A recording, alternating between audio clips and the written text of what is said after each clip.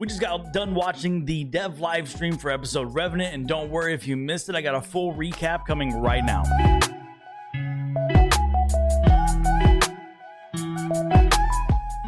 The first thing we went over in the dev live stream was a new thing coming to the new episode is going to be called Tonics. These are potions that you can use to beef up your character, whether it be by giving you better artifact mods or by allowing you to attune to specific weapons that you can get throughout the season. The next thing that we went into was a revamped Onslaught. Yes, they are going to revamp the game mode that they just came out with because they see a place to improve. They're releasing a new game mode for Onslaught called Onslaught Salvation, along with 3 new map locations. You're going to be fighting new factions along with the new scorn combatants that we will be getting in episode Revenant, and they even showed us that one of the new maps is Widow's Court in the preview of the gameplay. This new game mode is going to be power enabled, so your gear is going to actually matter. This puts some stakes on the player to know when they're ready to go into the activity. They are also updating some of the defenses. There's going to be a new turret system in place with the new maps, and they have updated some of the old ones and listened to the players whenever they said trip mines just weren't good enough. They increased the effectiveness of these trip mines, giving a stasis slow effect to all of them. This is honestly a great improvement. I love that the devs are actually looking at Onslaught, even though it's still relatively new, and they're listening to their player base, giving us updates. While we were watching the gameplay of the new Onslaught game mode, we saw a breach load stasis grenade launcher that one of the developers was using, and luckily for us, they raised the question, and this is going to be the new episodic exotic grenade launcher that you can get next season. We also noticed that this guy was firing this thing endlessly, similar to a fighting lion, and you guessed it, is going to be primary ammo. It will also be firing a straight line of sight shot similar to the mountaintop and will give you the mobility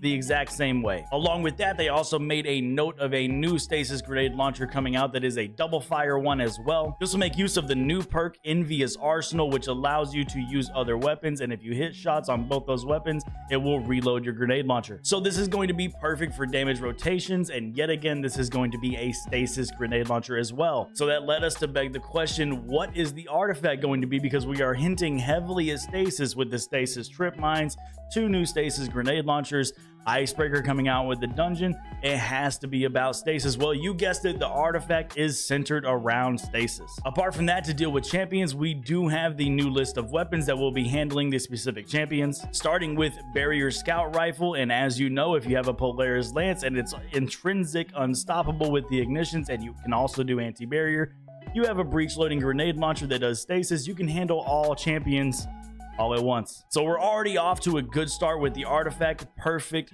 pick for the anti-barrier scout rifle. Next up after that, we also have Overload SMG. We're doing Unstoppable Pulse Rifle this season. We will also have shotguns being used for anti-barrier as well, and Overload grenade launchers. And like I already said, this artifact is going to be heavily focused on stasis, but apart from that, it is also going to be focused on, you guessed it, grenade launchers. So all of you that grinded for that edge transit and then the DPS metas quickly switched to still hunt with Celestials, you can rest assured that you are going to be able to use your grenade launchers this season. After we got done watching all of the gameplay of the new Onslaught game mode and the new enemies, which looks amazing by the way, they revealed something to us that we all wanted to see. If you missed out on getting the Skimmer in Guardian games and did not buy the Skimmer in the store, you will have a chance at your second farmable Skimmer option. They have introduced our second farmable Skimmer. It is going to be the Zurf board. Spell it with me, XURF board. It's got some Zur looking cosmetics to it, and you can see little